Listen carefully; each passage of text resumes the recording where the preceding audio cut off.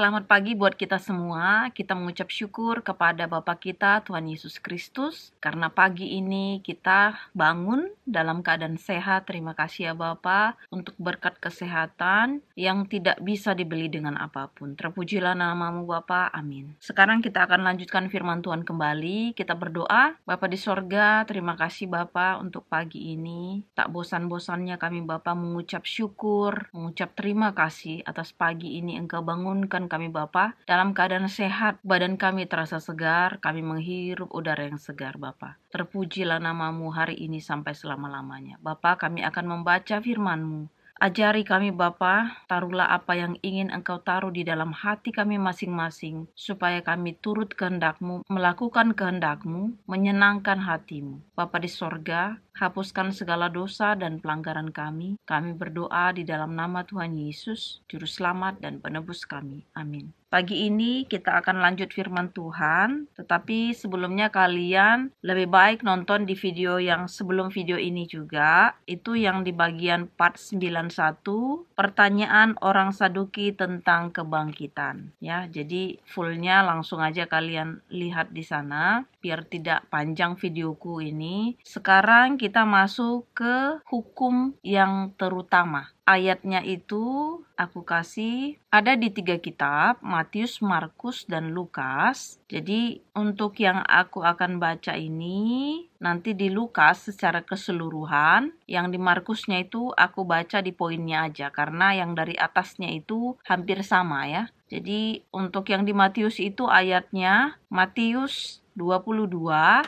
ayat 34 sampai 40. Kemudian aku akan baca yang di Lukas 10 ayat 25 sampai 37. Sebenarnya kalau untuk sampai di bawah judul itu dia 25 sampai 28, tapi aku lanjutkan lagi karena dia itu ada perumpamaan di situ ya. Jadi orang Samaria yang murah hati. Pada suatu kali berdirilah seorang ahli Taurat untuk mencoba Yesus.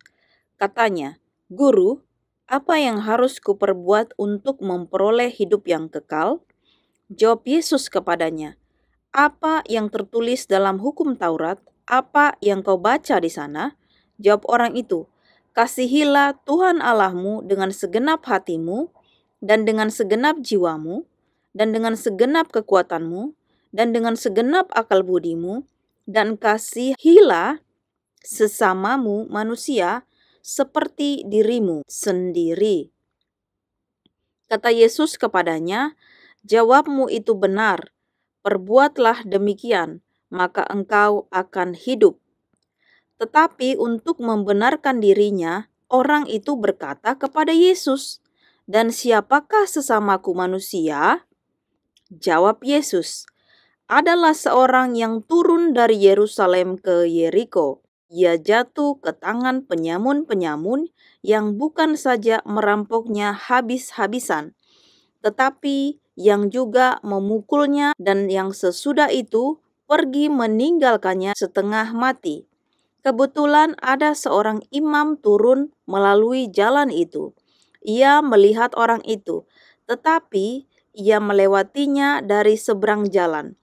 Demikian juga seorang Lewi datang ke tempat itu. Ketika ia melihat orang itu, ia melewatinya dari seberang jalan.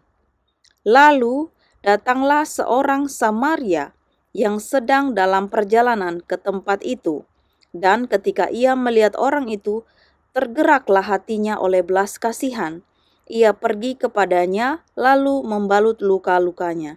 Sesudah ia menyiraminya dengan minyak dan anggur, kemudian ia menaikkan orang itu ke atas keledai tunggangannya sendiri, lalu membawanya ke tempat penginapan dan merawatnya. Keesokan harinya ia menyerahkan 2 dinar kepada pemilik penginapan itu.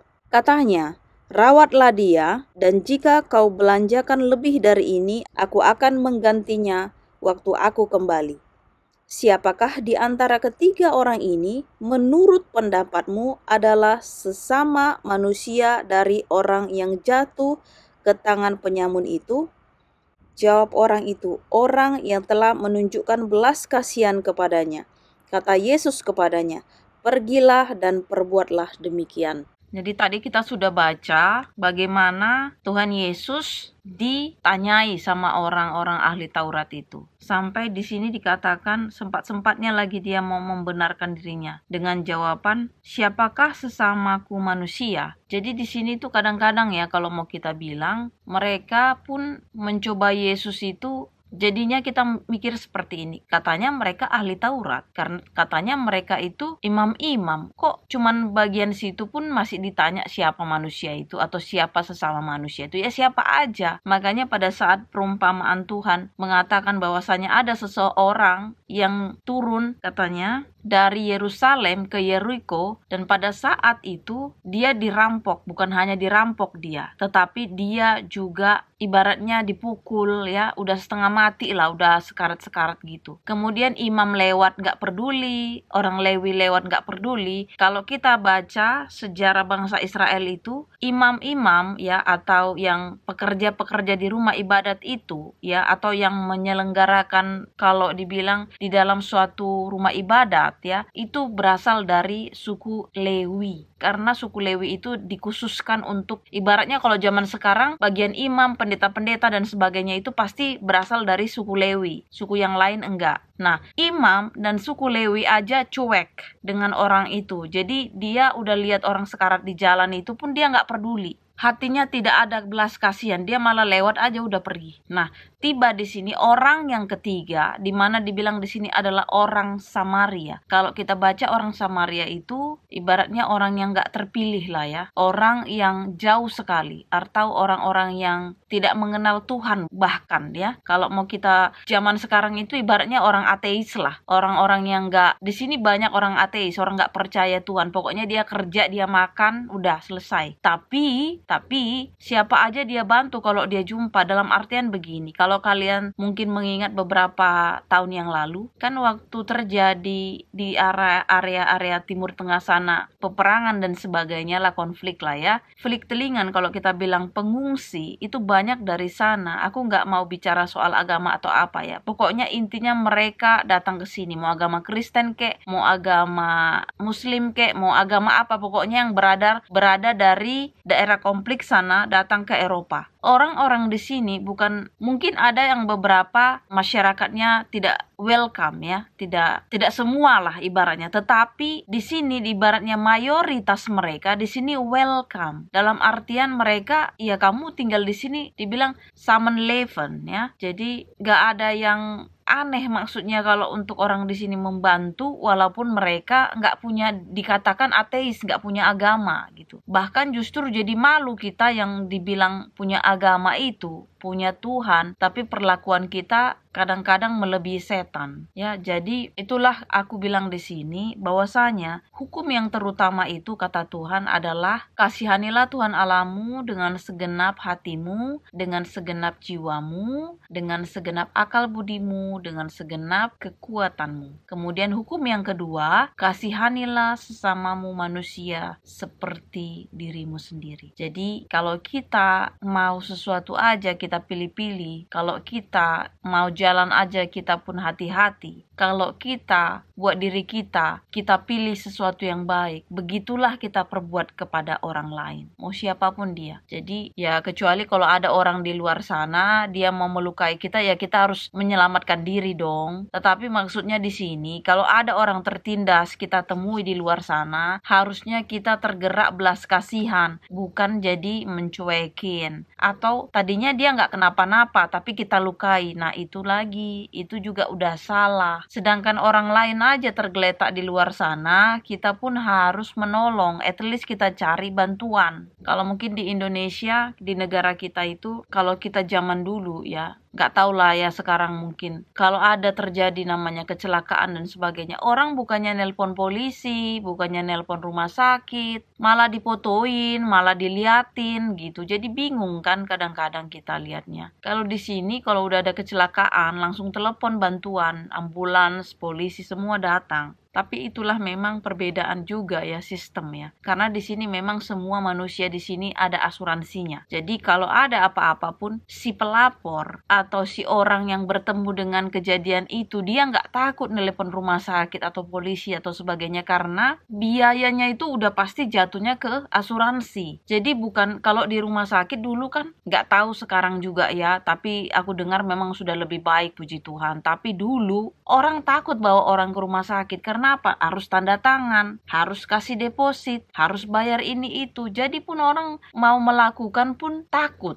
Jadi semoga perbaikan-perbaikan ya untuk negara kita sama-sama untuk pastinya lebih baik ya bagi bangsa Indonesia, supaya kita lebih pede lagi, supaya kita lebih apa ya dibilangnya. Kalau kita kemana-mana itu kayaknya nggak minder gitu. Jadi kayaknya semua badan kita ini udah diasuransikan, dalam artian kita pun kalau bukan jadi kita udah diasuransikan, contohnya suka-suka kita melakukan hal-hal yang jahat, bukan seperti itu. Tapi jika terjadi misalnya kita jatuh, kecelakaan dan sebagainya, kita udah pede dalam artian begini, kita nggak takut nelpon ke rumah sakit ya, ke polisi atau kemanapun untuk membantu si korban atau diri kita sendiri gitu. Jadi disitulah mungkin fungsinya asuransi itu juga ya bagi kita. Jadi aku udah rasakan di sini, walaupun nggak semuanya sempurna, tetapi pada sudah timingnya kita udah memang dinyatakan kita misalnya penyakitnya keras atau penyakitnya ini sangat berbahaya atau harus cepat-cepat ditindak, nggak ada istilahnya, nggak ada biaya, nggak ada bahasanya di sini dalam artian untuk masalah yang seperti ini ya, yang ada di negara ini contohnya ya. Tapi kalau memang ada pun, misalnya aku pernah nonton ya di sini, dia itu nggak tercover di luar negeri penyakitnya contohnya ya, tapi dia asuransi untuk di sini ada, tapi mungkin di sini ada beberapa treatment yang tidak ada, contohnya harus ada di Amerika. Aku pernah nonton juga, tetapi di sini media banyak membantu si korban itu. Contohnya mereka nggak cukup uangnya, jadi contohnya si asuransi hanya membayar setengah. Jadi karena biaya ini mahal sekali, mereka taruh di media. Dan banyak sosial atau bedrive kita bilang, ya kita bilang juga ya sosial ya, kayak seperti apa ya dibilangnya, bantuan sosial juga dia publiskan ke media gitu, sehingga orang-orang yang banyak duitnya contohnya atau income-nya banyak, mereka bisa bantu. Dan ibaratnya di sini tuh nggak kayak sendirian jatuhnya. Di sini tuh kalau untuk kayak sakit atau apa cepat gitu penanganannya. Untuk kalau udah benar-benar terdiagnosa ya, atau kasusku kan beda ya, mungkin si dokter yang menanganiku awalnya kan on enfaring atau dia nggak punya pengalaman, tapi pada saat sudah semuanya jelas, kita itu cepat langsung reaksi mereka langsung cepat gitu, on the spot semua, nggak ada yang ibaratnya kita bilang tempo, cepat di sini gitu. Nah seperti itulah. Jadi bagi bangsa kita, semoga aku berdoa kepada Tuhan juga supaya negara kita itu perbaikan sistemnya ya untuk orang-orangnya, supaya kita itu tercover semua, dalam artian kalau ada hal-hal yang sakit-sakit kayak gitu, nggak mikir lagi nggak ada duit ya miris. Kita bangsa besar ya, bangsa yang kaya dengan sumber daya alam dan sebagainya, kita seperti itu gitu. Kadang-kadang kayaknya di hati ini ya aku cuman bilang, Tuhan semoga negaraku itu perbaikan lagi, bantu Tuhan pemerintahnya ya, bantu presiden dan jajarannya semua ya, berikan akal budi kebijaksanaan. Ya satu hal lagi aku bilang di sini, sebagai bangsa Indonesia yang kita tinggal di luar ini, pastinya kalau lihat-lihat seperti ini dan itu pun kita pasti ini kok seperti ini gitu ya. Jadi kita sama-sama berdoa buat negara kita untuk yang lebih baik pastinya. Jadi aku akan lanjutkan lagi yang di Markusnya, itu hanya poinnya saja karena dari atasnya itu sama. Ayatnya Markus 12 ayat 28 sampai 34. Jadi poin di sini yang aku baca, karena tadi sudah sama yang dari atas itu, yang hukum pertama ya. Hukum pertama, kasihanilah Tuhan Allahmu dengan segenap hatimu, jiwamu, akal budimu, kekuatanmu. Hukum kedua, kasihanilah sesamamu manusia seperti dirimu sendiri. Tadi aku sudah jelaskan. Kemudian aku ambil poinnya yang ada di sini dari Markus ya. Kalau kalian baca secara lengkap, karena aku semua tadi udah baca, kalian bacalah supaya itu melekat di dalam hati pikiran kalian kalian untuk merubah hidup supaya lebih dekat kepada Tuhan ya. Jadi yang aku baca di sini, aku kasih ayatnya dulu, Markus 12 ayat 28 sampai 34, tapi yang aku baca dari ayat 32 sampai 34. Lalu kata ahli Taurat itu kepada Yesus, "Tepat sekali Guru, benar-benar katamu itu, bahwa Dia Esa dan bahwa tidak ada yang lain kecuali Dia. Memang mengasihi Dia dengan segenap hati dan dengan segenap pengertian dan dengan segenap kekuatan dan juga mengasihi sesama manusia seperti diri sendiri adalah jauh lebih utama daripada semua korban bakaran dan korban sembelihan." Yesus melihat bagaimana bijaksananya jawab orang itu, dan ia berkata kepadanya, "Engkau tidak jauh dari kerajaan Allah." Dan seorang pun tidak ada berani lagi menanyakan sesuatu kepada Yesus. Jadi poinnya itu, engkau tidak jauh dari kerajaan Allah. Karena si ahli Taurat ini menjawab, "Benar Tuhan apa yang engkau sampaikan," ya. Setelah Yesus menerangkan hukum pertama dan hukum kedua, kemudian si ahli Taurat ini mengatakan, "Benar Tuhan, karena apa yang engkau katakan adalah tepat. Lebih baik," katanya di sini, "mengasihi sesama manusia seperti diri sendiri jauh lebih utama daripada semua korban bakaran dan korban sembelihan." Jadi kan kembali lagi seperti dibilang ya, kalau kalian nonton semua videoku pasti tahu ya, pernah aku baca dibilang Tuhan, "Yang ku kehendaki adalah belas kasihan, bukan persembahan." Jadi ini cocok. Jadi firman Tuhan itu gak pernah bertentangan, semuanya itu klop, kita bilang semuanya itu matching, cocok ya. Jadi Yesus lagi menyambut dia karena siapapun ya, setiap orang-orang yang menjawab sesuai dengan firman Tuhan, sesuai dengan keinginan Tuhan, maksudnya Tuhan, keinginan yang benar-benar baik ya. Kalau keinginan Tuhan itu kan maunya kebaikan, menyelamatkan kita manusia, bukan mencelakakan. Mencelakakan maksudnya si jahat, usahanya si jahat, keinginannya si jahat, si iblis. Jadi maksud Tuhan ini sudah sesuai. Jadi pasti Tuhan akan menjawab dengan baik juga, dalam artian Tuhan memberikan apresiasi, reward kepada si orang ini. Kan dia bilang, Yesus melihat bagaimana bijaksananya jawaban orang itu, dan ia berkata kepadanya, "Engkau tidak jauh dari kerajaan Allah." Pada saat itu orang itu kan masih hidup. Tetapi ketika si orang ahli Taurat ini menjawab dengan baik, sesuai keinginan Tuhan, menyenangkan hati Tuhan, Tuhan Yesus bilang, "Engkau tidak jauh dari kerajaan Allah itu." Kerajaan Allah itu udah pasti surga namanya. Jadi bagi orang-orang yang melakukan firman Tuhan ya, yang membaca firman Tuhan, mendengar firman Tuhan, melihat firman Tuhan, dan melakukan, mengaplikasikan di dalam kehidupannya, Tuhan bilang, "Engkau sudah dekat dengan kerajaan sorga, kerajaan Allah." Kita udah dekat, baik kita lagi hidup ataupun kita sudah mati ya, selama hidup kita itu yang dia lihat. Jadi kita sudah dekat ke kerajaan Allah. Ingat, kerajaan Allah sorga, jadi bukan neraka. Jadi Tuhan Yesus mengajarkan kita supaya kita melakukan yang baik. Jadi hidup atau mati, kita nggak perlu khawatir, karena udah pasti jaminannya sorga, kita udah dekat. Padahal sebenarnya kalau kita mau bilang sorga itu jauh, tetapi dengan hanya melakukan ini, kedua perintah ini ya, atau hukum ini, yaitu hukum pertama, kasihanilah Tuhan Allahmu. Kemudian hukum kedua adalah kasihanilah sesamamu manusia, seperti dirimu sendiri. Jadi gak perlu kita pusing-pusing sekarang, karena ini simple banget sebenarnya. Kalau kita mau dekat ke surga, lakukan dua hukum ini. Karena kedua hukum ini adalah yang paling utama dari hukum manapun katanya. Kalau kita sudah mengasihi Tuhan Allah kita segenap hati, perbuatan, jiwa, dan segenap akal budi, kemudian kita kasih sesama manusia seperti diri kita sendiri, kurasa kalau semua manusia melakukan itu, tidak ada yang namanya peperangan, tidak ada yang namanya segala konflik di setiap negara ya. Karena kita semua masing-masing sudah dewasa secara fisik dan dewasa secara spiritual atau kerohanian kita. Karena kita sudah lakukan yang tepat sesuai dengan keinginan Tuhan, menyenangkan hati Tuhan.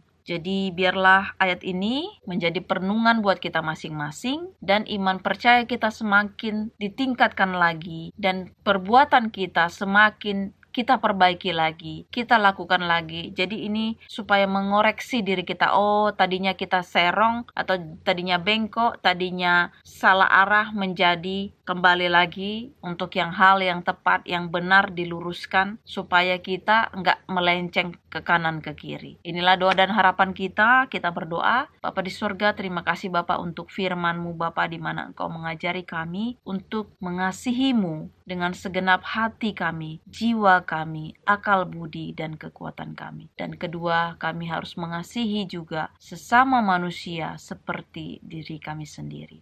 Bapa di sorga, itulah hukum yang paling utama daripada hukum manapun. Engkau sungguh baik Bapa, mengajarkan kami. Memang sangat sulit untuk mengaplikasikan, melakukannya Bapa di dalam kehidupan. Tetapi kami yakin dan percaya dengan kekuatan Roh Kudus-Mu, tuntunan-Mu, kami bisa melakukannya Bapa. Bapa, kami berdoa untuk negara kami, negara Indonesia. Engkau berkati Bapa, Engkau jauhkan dari segala bencana, Engkau jauhkan dari mahara bahaya. Engkau berkati orang-orangnya, bangsanya Bapa, rakyatnya Bapa, supaya bangsa Indonesia menjadi bangsa yang terpilih, bangsa yang mengenal akan kasih karunia-Mu, mengenal akan Engkau Bapa untuk melakukan hal-hal yang baik. Dan Bapa, Kau berkati mulai dari presiden dan jajarannya. Engkau berkati mereka dalam setiap pengambil keputusan. Biarlah mereka menjadi bijaksana untuk negara kami, Indonesia. Terpujilah nama-Mu ya Bapa. Panjang hari ini kami serahkan semuanya ke tangan-Mu. Jadilah kehendak-Mu Bapa di bumi seperti di sorga. Hapuskan segala dosa dan pelanggaran kami Bapa, supaya kami layak dekat-dekat kehadiran-Mu. Bapa di sorga, sempurnakan doa kami berdoa di dalam nama Tuhan Yesus, Juru Selamat dan Penebus kami. Amin. Terima kasih sudah mendengar video ini, melihat video ini. Aku ingatkan kembali, kalau kalian punya komen atau sharing-sharing, kalian tinggal tulis di bawah video ini. Dan aku ingatkan kembali supaya kalian membuka Alkitab kalian, baca firman Tuhan, berdoa pada Tuhan, minta tuntunannya, dan lakukan firman Tuhan, supaya kita menjadi orang-orang yang dewasa secara fisik dan juga dewasa secara rohani. Tuhan Yesus memberkati. Amin.